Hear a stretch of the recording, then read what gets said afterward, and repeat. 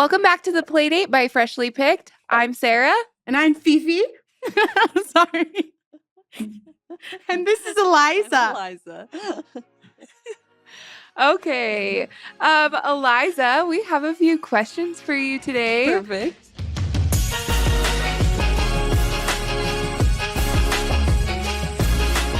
Tell us a little bit about yourself first. Okay. I'm Eliza. I'm an identical twin. I have a twin sister. So cool.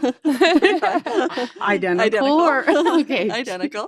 She looks just like me. Grew up in Salt Lake City. Married my high school sweetheart, which is pretty fun. We've been married for almost 9 years now.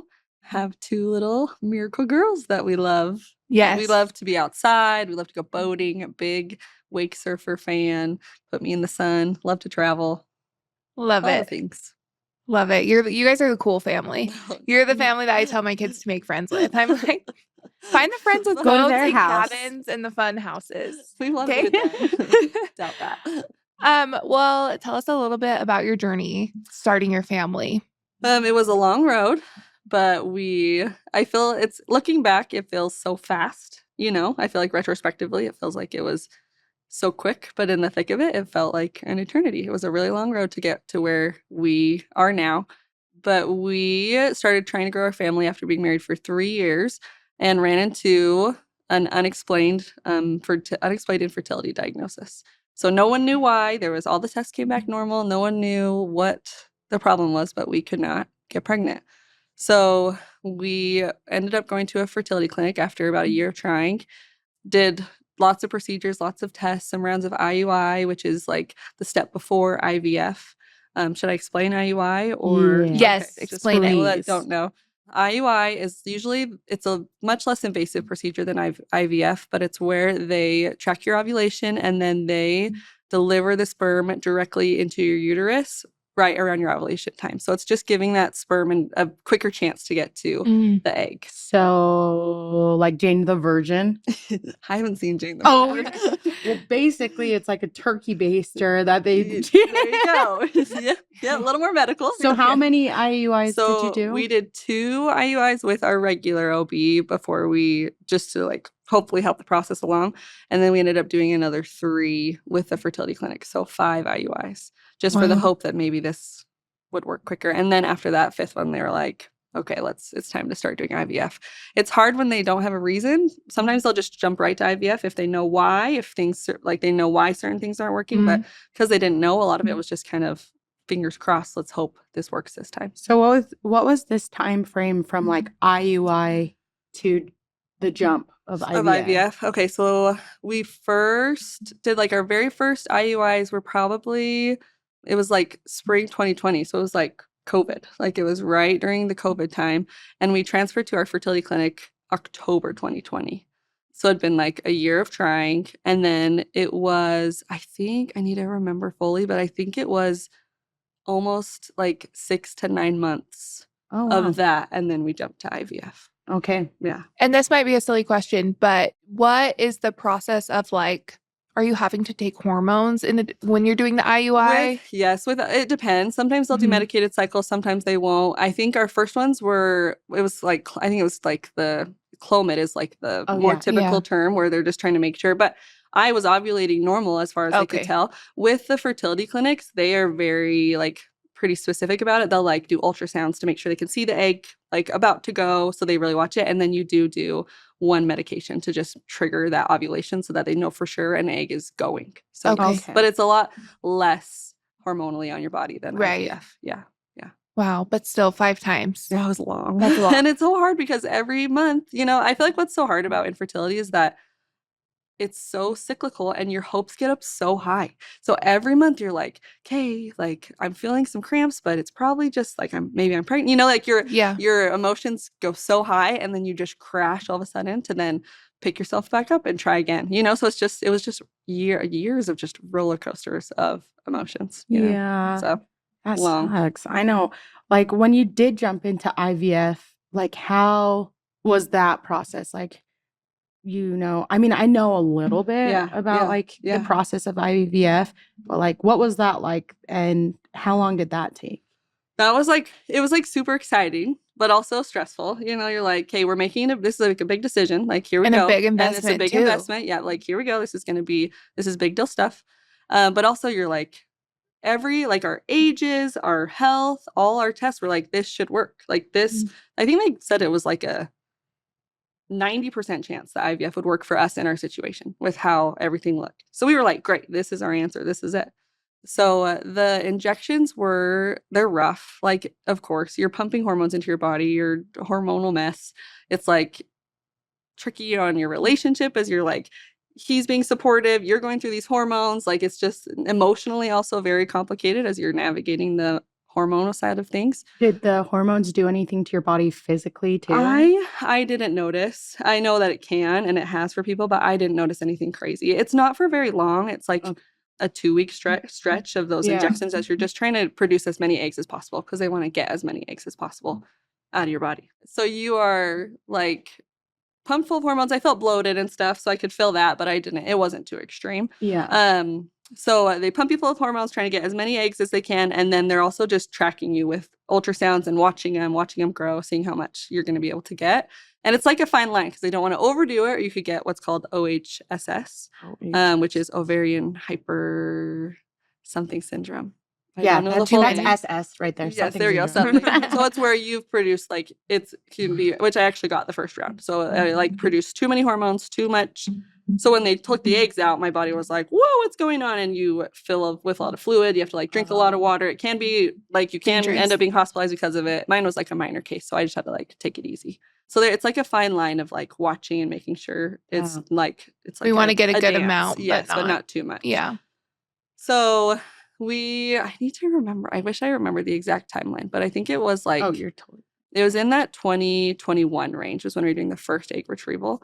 And so they pump you full of hormones, they're tracking them, they're making sure everything works, and then you do the egg retrieval. So you go in usually it's like pretty early in the morning. I think it was like 7 a.m. You go in, they put you under anesthesia. It's like a light anesthesia, which was quite nice. I'm like, okay, I get a nap, I get a sleep. And then they go in and they get out as many eggs as they can, and then they fertilize them. And then it's just like a waiting game. You're like, okay. Usually it's like there is some like equation where it's usually like a percentage of how many eggs you end up making it to the end round. So I was just looking at this the other day, our first egg retrieval, we got 25 eggs, which was awesome. Like we were so excited about that. And then as the days progressed, we had like 16 that were fertilized. And then it was like 8 that made it to like day 2 or 3. And then we ended up having 4 that made it to the very end. So which is crazy from 25 to go, like you're still so thrilled to have 4, but when you start with 25, you're like, we're going to end with a higher number, you know, but that's pretty crazy. And at that point they're like graded too, right? Yes, like these 4. So we didn't get those ones genetically tested, which is an extra step on top of that. But they just by looking at them can give them like a grade. So they have like it's like A, B, C, and there's also I think a number attached to it. It's been so long, but right. So you're like, we have 4, but we don't know. We have 4, but we haven't genetically tested them, but they were all graded fairly high. I think there was one that was like a B- or something. But the other ones were like means A. That like it's not the health like viability. Yes, the grade. It's like what they're looking at. I've done so like I feel like it's again where it feels like when I was in the thick of it, this was all I thought about. You know, like I was researching and studying. So back in the day, I knew what gave embryo certain grades, but it's like how it looks, how the cells look in there, how the outside of the cells look. They're just looking at appearance. They're not doing anything inside to see, but they're looking at the appearance, and they can tell how likely it is to implant because of that. So they all looked pretty good. So we're like, great, let's do this.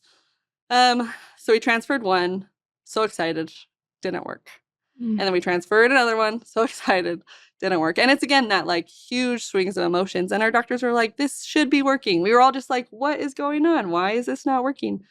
And so then the last one, we had 2 embryos left, and we're like, please let us transfer 2. Like, just give us the chance. Like, I know it could result in twins. They really do not suggest transferring 2 embryos. Back in the IVF beginning stages, they're like, sure, let's put a bunch in, you know, but because our technology's gotten so much better, they are like, you really, really like to just stick with 1 at a time because multiples are a risk to the mom, to the babies. So we're like, please, just let us to see if it'll work.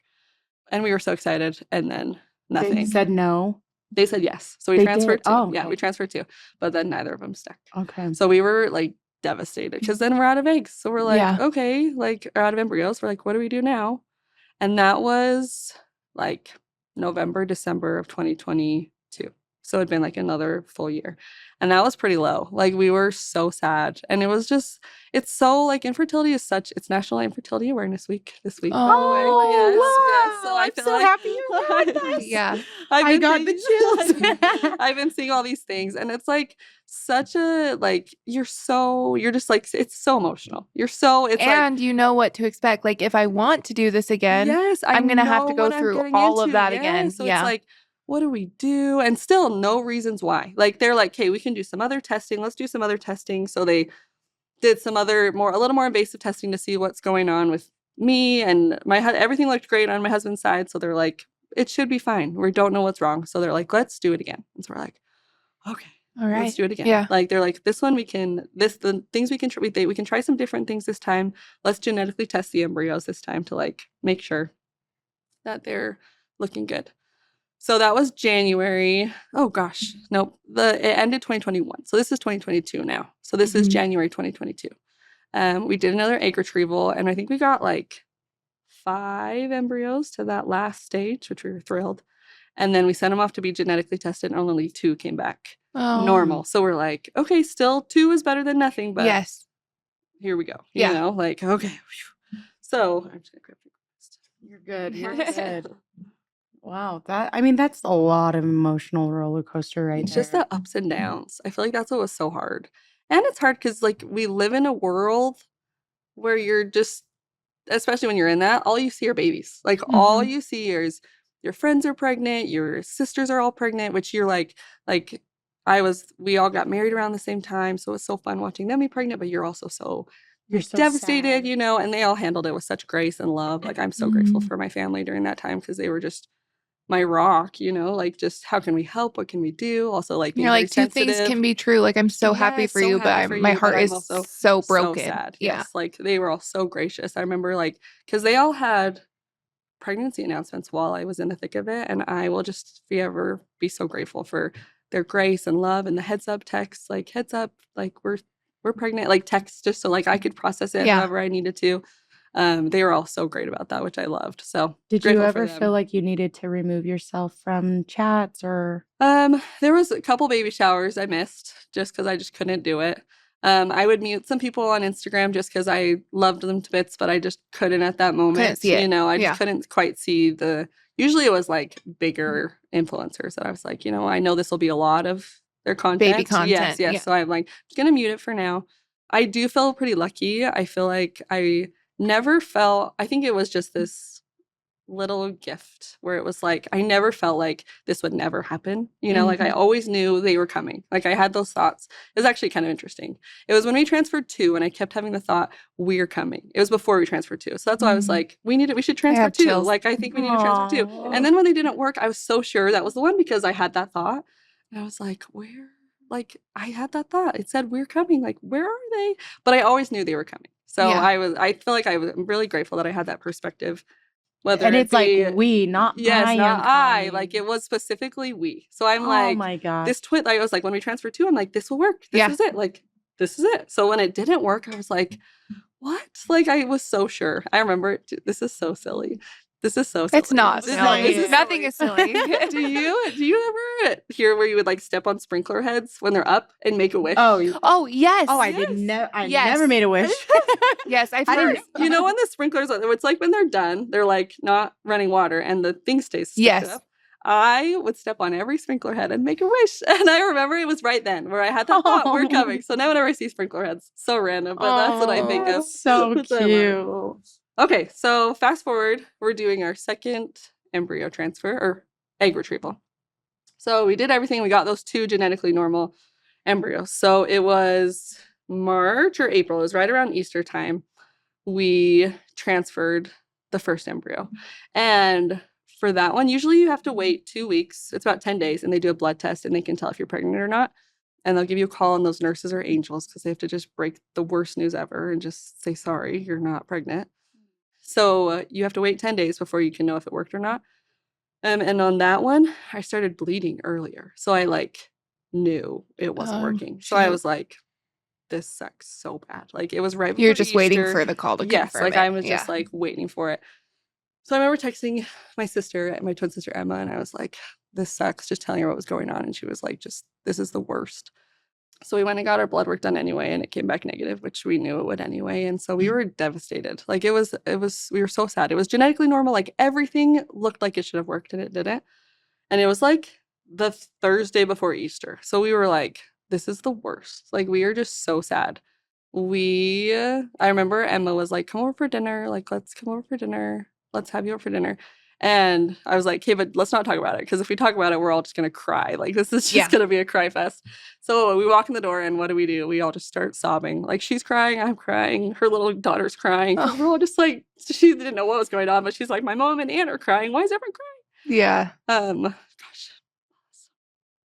But that's when Emma, like, I remember her hugging me, and she was like, if I can be the solution here, let me help. And it was like one of those, like, whoa, like, this is a big thing to offer. Like, she's offered it before, like, just throwing it out there, but I never thought we'd get to that point. So she was like, if I can be the solution here, I really want to. And so we're all like, whoa, but that's also, we're like in our emotions. We're like, let's just pause. Like, we'll think about this. So Trent and I, it was Easter Sunday, and we were like, we can't do this. We can't be around kids. We can't see, like, we just need to go wallow. So we and Easter's all like rebirth and spring, and you're like, and everything we're just, I don't want to think about. Devastated about this last failure. So which actually was like, it was a sweet little trip. I remember that trip being like so sad, but also so good for us to just be like, wallow, eat all the junk food, watch all the movies, just like be together and be like, this sucks so bad, but at least we have each other. And so when we got back in town, I remember Emma was like, so I was like serious. Like, I wasn't just saying that. Like, I'm actually serious. Which like, is nice that she stepped in and said that. Because you're like, how do you bring that up again? Like, remember when you said that thing? Yes. Yeah, she's like, I'm like serious about this. So before we like dive into this, let's like chat together as a unit. Like, let's meet with our husbands and all chat together. And there were so many like special spiritual moments and confirmations and things that led up to us actually going for it, that we like just made it feel so right in so many ways. And we also, as we chatted together, we were like, if any of this feels like we need to stop at any point, obviously, unless the baby's already in motion, but if any of us feel like we need to stop at any point, like, that's it. Like, we don't want this cannot hurt relationships, this cannot cause any issues. Like, this is something that is like, we don't want this. If we don't feel okay about this, then we're not going to do this. And I feel grateful that we all felt good about moving forward and how everything went. So it's a pretty long process to get the ball rolling with. A gestational carrier is the term. Legal term. Yeah, the legal term for that. So she was like, the way they said to describe it is, she's the oven. Like, my oven doesn't work, but we're putting our egg into her oven. Like, she's just cooking it. Yeah, she's just cooking it for us. So it's a lot of like legal contracts, a lot of like, we had to do psychological evaluations, make sure everyone was on the same page. We had to do lots of medical testing, just make sure everything looked good. You had like a contract. Yes, right? we did have a contract that we had, like, lawyers had to be involved and make sure that everything looked good. Emma did do it altruistically, which means that we didn't pay her to carry the baby. We paid for all the medical stuff, but she just carried the baby for us, which is incredible. And so once we got the ball rolling and everything looked good, they're like, hey, here we go. It's go time. So our last transfer failed in like April 2022, and we transferred our very last little ray of hope into Emma in September 2022. So it was like 6 months later, a little bit under 6 months later, and it stuck. And I remember we didn't have any blood tests, and Emma told me she wasn't going to test. She's like, I'm not going to test. We'll just like see what happens. We'll just go into the blood test. She tested for sure. I was going to say, you're so patient. I would have been calling like, so pee on the stick for me. But she tested it, and they had us come over for dinner, which we would do all the time. Like, we see them all the time. It's like no big deal. So they came over for dinner, and Emma like brought me a present, and it was a baby blanket with a pregnancy test inside of it. And we just wept. We all just wept for so long. Like, it was just so happy, so joyous, so fun, like so exciting, but also like, oh, this is a big deal. Like, so we were so happy. I can't even, like, that's one of my happiest moments ever. Mm-hmm. And so she was doing great. Like, it was a pretty uneventful pregnancy. We did have it was a big subchronic hematoma, which is a bleeding that usually happens. It can happen a lot with IVF babies, which was in December. So she got pregnant in September. December, she had a pretty big bleed that was, rattled everyone involved, but baby was fine. Everyone was fine. We just had to kind of watch it over the rest of the pregnancy. And so she was doing great. We were so excited. Trent and I were like, this is awesome. We felt great. It was just like, here we go. Like, we're the home stretch. This is great. A little baby coming in, we thought early June.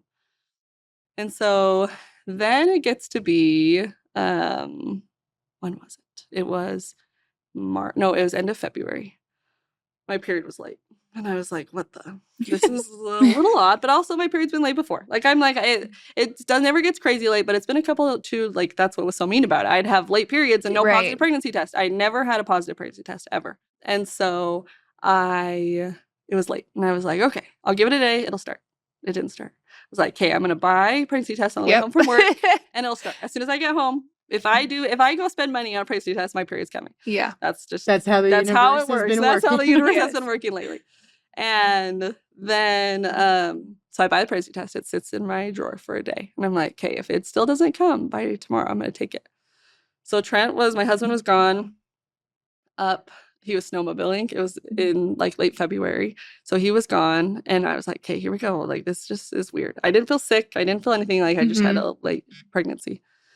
And so I took the test and I was like, it was positive so fast. Like, I was like so shocked, but also like, this is wrong. Like, I'm like, there's no way. Like, I was like, am I reading this wrong? Like, I was like, this is defective. Yes. I'm like, this is not right. Like, there is no way. Out of all the pregnancy tests, I bought the broken one. She's Googling, I'm like, is it possible to get a false pregnancy test? How is this possible? I'm like, what in the world? So I'm like shocked, like just shocked. So I was going to wait till Trent came home. I couldn't wait. I call him. I'm like, so are you almost home? And he thought something was wrong with Emma and our baby girl. And he was like, what's wrong? And I'm like, nothing's wrong. Are you almost home? And he was like, you tell me right now. Like, I will crash this car. Like, you need to tell me right now what's going on. So I'm like, I'm pregnant. And he was too stunned to speak for a hot minute. We're both just like, what? Like, we always knew it's a possibility. Obviously, we weren't preventing because we were like, if it comes, great. But if not, it hasn't worked before. So no big deal. So we were like, okay, here we go. Like, he came home and we just hugged and cried and laughed and cried and laughed and like, what is this? Like, oh my gosh, are you like, what? Did you have fear involved at that point too? Or what was your emotional? I feel like I was so hormonal, obviously, because I was at that point like 7 weeks pregnant and had no clue. Yeah. And okay, I look back now, I'm like, I was totally pregnant. Like, I was an emotional mess. Like, I would cry at so many things, but I was like, but also you're going through like a really difficult process with your sister. This is just how I'm feeling. But I was like, I remember after the shock wore off, I was like, what do we tell Emma? Like, oh my gosh. And luckily, I feel like this was something that we joked about. Because at this point, how many months is she pregnant? She was like 6 months pregnant at this point. So I was like, oh my gosh. And luckily, like, we joked about this all the time. Like, her and her husband were like, you're gonna get pregnant. This is gonna happen and you guys are gonna get pregnant. We just know it. Like, we would just joke about it like all the time. So in my head, I was like, they're not going to be mad. But in my hormonal head, I was like, they're going to be so mad. Like, they just went through all of this and we got pregnant. And obviously they were not mad. Yeah. They were so thrilled. They were so excited. Like, it was just such a happy thing. They were shocked. We were all shocked. Emma was just screaming like, oh my gosh. When we told them, I think we told them like 3 days later, but then we didn't tell anyone. We're like, we're going to just wait. Like, we just want to see what's happening, what's going on. We did call our doctor and he wasn't in the office. So we left a message with the nurse who was very confused by what I was trying to explain. We couldn't get pregnant. My sister's pregnant. Now we're pregnant. I need to see the doctor. And she was like, what? What is going on? So he calls me the next day and he was like, am I hearing this correctly? Like, are you pregnant? You're like, And I we think just so. laughed. Yeah, I'm like, I think so. And he just laughed. I don't know. just You tell laughed. I me. know. I'm like, I think so. He was like, okay, let's have you come in. So then for the next, let's see. So she's like 6 months along. So for the next 3 months, we would just go to doctor's appointments together. So she'd just hop up, I'd just hop up. We'd take a look at both babies, see how they were doing. Everything looked great. It was so fun. Like, it was so fun. It was just like, we were just buds with our doctors. It was so fun. And your sister had kids previously. Yes. So was that really comforting to you to be able to like go through it with her and ask her questions and be like, all the questions. You know, the text when you're like, is this text your close normal? friend. Like, what's going on? Can I send you a picture of my underwear? Is this normal? Please tell me. Is this my mucus plug? I'm crying. Is Okay. this accurate? Yes, it was so fun. Yeah, So, as you say, we that's were your together. sister. Yes, What, you never did that? No, you sent it. I remember. Oh, yeah. Yes. You sent it. I was the receiver. There's a lot of fluids going There's on. a lot going on in your body. You need to know if it's normal. Oh my gosh. So it was just so fun. Like, just such a fun time of life. I remember telling our families, we told them on Easter. So it'd been a year since that devastating Easter. We're coming back around again. Sunday's coming. Sunday's coming. Sunday came. Sunday arrived very joyously. And I remember I set up a video and saying it was like a photo. And then I ran back around and Emma and I together were like, okay, everyone say Eliza's pregnant. And everyone was like, what? Yeah, because were they like, yeah, we know? Yes, it was like, we know. But then my older sister who was pregnant with her kid right before Addie was due, my older daughter. She was the one that got it first. And she flips around and she's like, what? And then everyone's just shocked because no one was expecting this. This was out of left field. And they're like, what? I'm like, yes, we're due in November. Like, here we go. Like, it's go time. 2 babies. 2 babies. And my cute brother-in-law was like the Thomas Rhett song where he has because they adopted a daughter, this country singer, and then she gets pregnant right after they adopt this baby. Which song is this? Life Changes. Okay. Did that become your I theme need song? to go listen. I know Thomas. We're listening to it on the way home. He's coming this year. Oh, yeah. You got to make sure you go. Make sure I go. So you were the theme song for our life. So it was just so fun. It was just such a fun thing to be a part of. I just felt so lucky. It felt so, and I feel my heart hurts for people that are still in the waiting and still waiting for their Sunday, waiting for their moment, because I feel so like it was just life-changing, to wait so long and to have these joyous moments. So we were due in early June with our older daughter that Emma was carrying. And I was traveling with work. I was doing lots of super busy, feeling great. I was lucky to have a really uneventful, really chill pregnancy. And I had just gone this was end of April. Yeah. I had just gone to Nashville, New York for a work trip. It was a work trip to Nashville. And then me and my coworker extended to New York and just had so much fun. It was so fun. Yes. And we got home and it'd been a week and we had our first baby shower on Saturday. And so we had 2 showers that day. We had a friend one in the morning and then a family one in the evening. So we go to the friend one in the morning. It's all great. Everything's doing good. And then we go to the family one in the evening and Emma is at that one too. And she walks in the door and she looks at me and her husband goes, you guys, it's go time. And we're like, oh my God. It's a month early. We're a month early. And we're like, but she knows. What? She's like, so did she leave and you stayed for the party? She stayed. And apparently she was like, you're at the hospital. You're like, she'll be here in a minute. She was like, because when they arrived, they were like, Emma's like, because when he was like, it's go time. She's like, no, it's not. I'm just going to have some contractions going on. They're a little bit more regular than I would like. He's like, I know how this works. And her husband's like, it's go time. Do you guys have back? We got a car seat that morning. Oh my God. We didn't have a crib. We didn't have a hospital bag. We had nothing. And so you're getting it that night. Yes, literally. We're like, oh my gosh. So the shower, we text our doctor because it is 5 weeks early. So it's we're also kind of nervous because we're pretty early. And he's like, hey, go home, drink tons of water, take a bath, lay down, let's see what happens. So she goes home. And we are still at my in-laws after the shower ends. And she calls us like an hour later and she was like, you guys, We're having a baby. We're having a baby. So we're all like, oh my gosh. So we all go to the hospital. And it's also just so funny. Like, people are like, okay, who are you? Who are you? And why are you pregnant? And why do you look the exact and same? you're the same. Like, what is going on? And then we're like, oh, and I'm also pregnant too. Like, it's just complicated for days in the best way. Like, it was so fun. Like, it was such a fun thing too. And so we checked in, I think, by like 11 or 12. And she was dilated to like a 5. And they're like, okay, yeah, you're staying. Like, they said at this point, since it was so early, we're not going to help this along, but we're not going to stop it. Like, you're far enough along that something's happening, but we're not going to necessarily try to stop it at this point. Yeah. So then her husband was like, hey, you and Trent go home. Like, go home, pack whatever you need, like, get stuff ready. I think our house was a disaster at this point because we weren't prepared. We were just like, okay. Yeah. So we go home by like midnight. I remember my husband was like, let's just try to sleep. Like, let's just take a nap or something. And I'm like, I can't sleep. You're like I have adrenaline. Yes. Like, I'm like, I'm gonna scrub these baseboards. Literally, I am scrubbing our house, like putting things together. Like, I can't sleep. So I think at like 4 a.m., I'm like, we're going back. Like, call him. Sorry, we're going back. What have you done? So, they're awake. I promise. Fine, right? They're fine. So we get back there around like, literally, I think it was like 3 or 4 a.m. And the husbands are sleeping on their reclining chair, the cot, and it was so sweet. I just like crawled into bed with Emma, and we just like held each other. Like, that was such a special thing for me to be there with her. It was so tender, just to be like, here we go. Like, this is like, here we go. And then everything progressed pretty great. The baby was born the next like early afternoon, super easy delivery, which I was like, thank you. So were you all in there? Yeah, we were all there, and my mom could be there too, which was really sweet.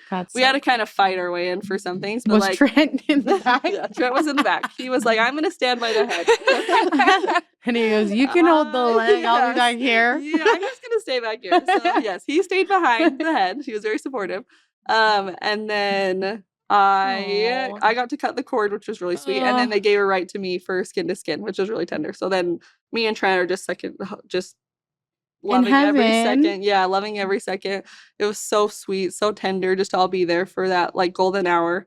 And then she ended up having to go to the NICU for 9 days, which was rough, but we did it. We survived. Yeah. It was great. But you, like, as the mom, you guys got your own room, didn't you? We would have, but because she went to the NICU, we didn't. Okay. So, but the NICU is nice. At the hospital we delivered, it was like its own room. It ended up having its own room. Mm-hmm. If everything went normal, we would have had our own room, and we would have been able to stay the night next to Emma, and be there with everybody. But because of the NICU, how it ended up, actually, it was rough. Like, we couldn't even be with them that first. I couldn't be with my baby that first night. Like, they don't have a place for NICU parents. I think they have one room for people that are like out of towners coming in, but like we live 10 minutes away. But I remember being so devastated. Like, had to leave. I have to leave my baby? Like, what? Hindsight, like, I could go home and sleep, which was very nice, but it was also like so crushing. So I was like, are you serious? But it worked out. It's great. She's okay. Everyone's fine. Yeah. The NICU is a special community, it's a special community in its own sense. I feel like the nurses there are like going from the NICU experience to just having your second baby normally and everying going fine. Like, we just get to go home. Wait, what? Like, where are those incredible NICU nurses? Like, please come back. We love you. So it was a really special experience, and to just be with her and watch her grow and just feel those feelings. It was like, I think she was a week old the Mother's Day, like that Mother's Day. So that felt so special. So many little special moments. Yeah, it was pretty awesome. So you had her for 6 months, and then your baby. Yes, a week shy of 6 months. Then you gave birth yourself. Then I gave birth myself, which I feel so lucky that I was able to do that too. You know, I feel like the more I look back on the journey, I'm like, just feel so, like, I feel like I just want to hug him so tight and be so grateful for that experience, because I feel lucky that we were able to experience the ups and the downs, and also those incredible moments too. So yeah, so I had a newborn when I was like 3 to 9 months pregnant. I had a newborn, and it was actually like, my pregnancy was pretty chill, but she just sat right on my little bump, this little growing baby. She would just, by the time, because she was 5.5 months, 5 3/4 when our second baby was born. So she was like a decent sized little baby. She just would sit right on top of my big belly and she loved it. She's like, I'm like, she's gonna be sad when her little seat's gone. Yeah. Wait, but you thought you were having a boy. Yes. Side note. Your Oh my second gosh. baby. Yes, it does not end. The ups and downs do not end. So we need to do a genetic, like we need to know what this gender is because we're about to have a bunch of baby showers. So like if in case it is a boy, like this is, oh my gosh. Then you get both things. Oh my gosh. So we did like an at-home test. I swear I did everything right. I swear. Apparently not, because we thought our second baby was a boy for 10 weeks. We thought it was a boy. We were telling everybody at the hospital it was a boy. Everyone, we thought it was a boy. So we go to the 20-week ultrasound for our second baby, and they're like, do you know what it is? I'm like, oh yeah, it's a boy. And the ultrasound tech is like, are you sure? And I'm like, I thought so. It said so. Like, it said so. And they're like, yeah, I'm 99.999% sure this is a girl. And I was like, like shocked. My husband handled it much better than I did. I was just, and it wasn't that I was sad to have a girl. It was just like your whole mind shift changes. You're like, I just told everyone I was having a boy. Yes. Feel a little bit embarrassment there. Because you're like, I'm having a boy and a girl. Yeah, and I was like, I was like, what? Like, so shocked. So shocked. Your husband's like, great, we can reuse everything. Like, perfect. Like, hey, that's sweet. so true. Yes. Yeah. Like literally, it literally the only is what thing it that is. probably you'd deal with is season. Yeah. Yes, Like we like do clothes. run into that now. Yeah. We have a bunch of You're like, year it's cold and clothes. she has shorts. Yes. Yeah. I don't have pants for her because they're just 6 months off. So that was another roller coaster of finding that out. But now I couldn't That's imagine it any hilarious. other way. Like these Yeah. two sisters, I'm like, I couldn't even Which is so imagine it. special with like Yes. your relationship with your twin Yes, sister, I and feel now you have so your to see this They're little basically bond. twins. They basically are. But they do look exactly alike. They are the little So twinners. did you just basically birth Emma and Eliza?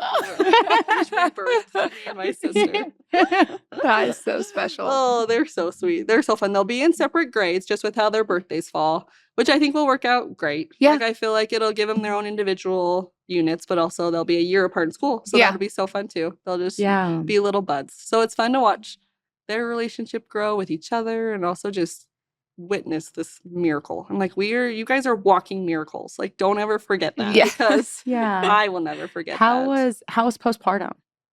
It was rough. Not like it was rough in the sense that I was like, I've never experienced postpartum hormones because I didn't give birth to the first baby. My sister and I were joking. She was like, this is how it should always be.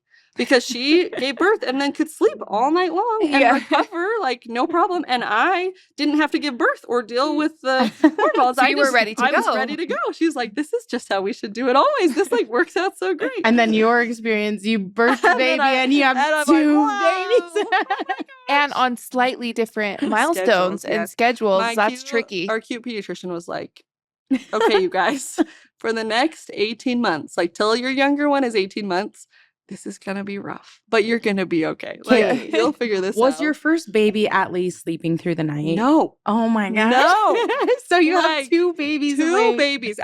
She was doing okay. Like she was doing, mind you, we're also in a 1-bedroom condo. Like we also don't have a lot of room, which is fine. Yeah. Like they're sleeping with us. It worked out great. Like it was no problem. But our older daughter's in the closet. We Yeah. have a little curtain. And then our younger daughter was just right by our bed. It was like, worked out great. They were just right there. She was sleeping long stretches, but still waking up. But they were waking up at different times. Yeah. So I was like, Did they wake each we other were up? No. They Okay, that's were good. really good. I think they just knew. I think They were like, we can't they're give her like, all "We the can't problems. Give her all the problems. We're Mom just is gonna lose her mind." Yes, we're just gonna help her out. I think they got used to each other pretty quick. Because I was going to say, sometimes with twins, I've heard moms say, like, it's really, really hard, but you get into the groove of like, yes, they're on the same schedule, Yes, bottle, or yes, breastfeed. Like, yes. But at this point, like they're on our different. older daughter yeah. was taking 3 naps, almost dropping to 2, and we had a newborn who was sleeping all the Most time. of the day, you yeah. know. So I feel like it was Yeah. just enough off to make you go a little bit crazy. Luckily, my husband could be home for a while, so I feel like he helped so much. And then he would start to like go on errands for like 4 or 5 hours just to like get me used to it. He came home many a time to everybody in tears. We're all crying. He'd open the door and be like, You're like, why'd you do that? Did he tell you? Yes, he warned me. He would warn me. He was scaffolding like, you. We're just gonna slowly build up stamina here as we have to do this. You're like, this is cruel punishment. This is so hard. So he would come home. As soon as I send the SOS text, he'd like come home immediately because sometimes he'd be like, I'm gonna go run some errands, and then he'd be gone for an hour, and I'm like, come home right now. I can't do this. But then we worked it up, and I'm like, hey, like I got this. I remember the first time leaving the house with both of them. I was like, terrified. Here we go. Yeah. Okay. You're like, it's game time. Yes. The Rocky song as you're running up the stairs. Yeah, for real. That's how I felt. That's how I felt. Carrying 2 car seats down. Oh I'm my like, gosh. okay.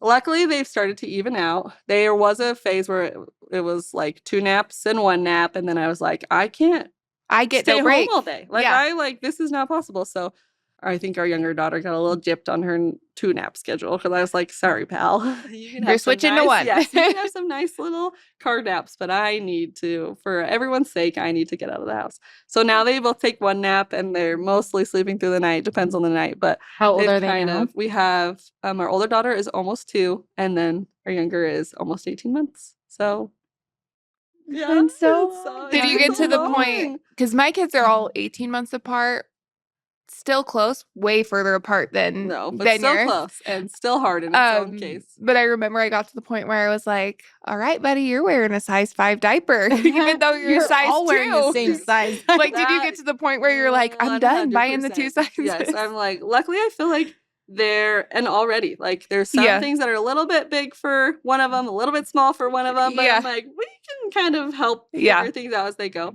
So yeah, they felt I feel like once our younger one hit like 3 months, they felt still different, very different in their own milestones, but also similar in some cases. But we had then it was a crawler and not a crawler, and then and our daughter started crawling like a week after we brought our second daughter home. Perfect. Like, are you kidding me?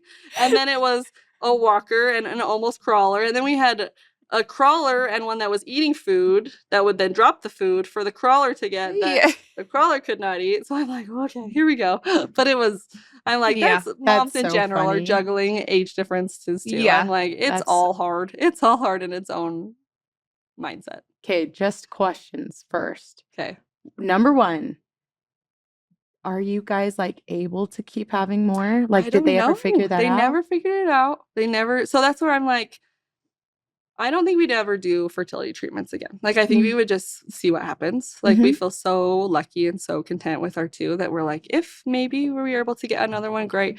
If not, so be it. But yeah, they don't, there's no rhyme or reason. Yeah. So a lot of people are like, not a lot of people. But sometimes in the infertility world, it's like a joke that people say, oh, just relax and it'll happen. Or just go on vacation. And you never want to hear that while you're in it. You're like, I've been on many vacation and I'm still not pregnant. I'm fine. Yes, what are you talking about? So I never want my story to be used as she relaxed and she got pregnant. But I do feel like I don't know why. I don't know what happened. I don't know how it happened. But I do feel like a lot of the pressure was off because we had this baby coming, that I wonder if maybe that helped a little bit to boost that one along. So I don't know. I don't know. So it was meant to be. It was meant to be. That's how it feels. It feels that way. Yeah. Well, the story, honestly, your story is so cool. Thanks. Since you're in my ward, I've been able to see all of You've witnessed you've seen the whole process. I'm still trying to get your girls to like me. They are very attached to their parents. That's a good thing. They love their mom. Which I sneak them snacks and it doesn't matter. You just feed them. Here you go. They're like, thanks for the snack, but I'm going back to my mom. Yeah. Well, okay. Closing note then. For all the moms that are kind of going and they're in the thick of it now, and you're no longer in that, what's one thing that you would want to say to them? I mostly just want to give them a big freaking hug because it sucks so bad. It sucks so bad. And I hope they know that they can do hard things. I feel like that was one of my mantras going through it, because you don't feel like you can go on. There's times where I remember just crying in the bathtub. This sucks so bad. People can have babies for free at the drop of a hat. And I'm over Mhm. here paying so much money and so much emotion for nothing, you know? So I feel like I just want them to know that they can do hard things. Their miracle is coming in one way or another. Like, I feel like there's so many ways that things can happen. And I also want them to notice the miracles throughout. Like, I feel like that kept me going, is to be like, there is still good, even in this hard, you know? I love that. Thanks so much for coming on, Eliza. Yeah. Especially, I had no idea it's like infertility Yeah, week. awareness that's week. amazing. Yeah, and so I'm just so happy we could have you on. Honestly, your story is just amazing. Thanks, you guys. It was fun to be here. I I feel know. like it's like fun to remember all this. I need to. Yeah. I have not written this all down, and I How need could You you? need I to. know. I know. Oh my I gosh. know. That's why I'm like. That's why I take so many videos and do so many things. So I'm like, I can't forget this, but I need to write down all the things because there's so many tender moments You that I'm do. like, Mhm. this is. I can't forget this. Well, you go home. I'll go Write home, it down. Start writing it out. Yeah, you need to write a book. I know. Oh, you're so Seriously. nice. Yeah, go home, write it down. Here we go. And we'll see you guys next time. Bye.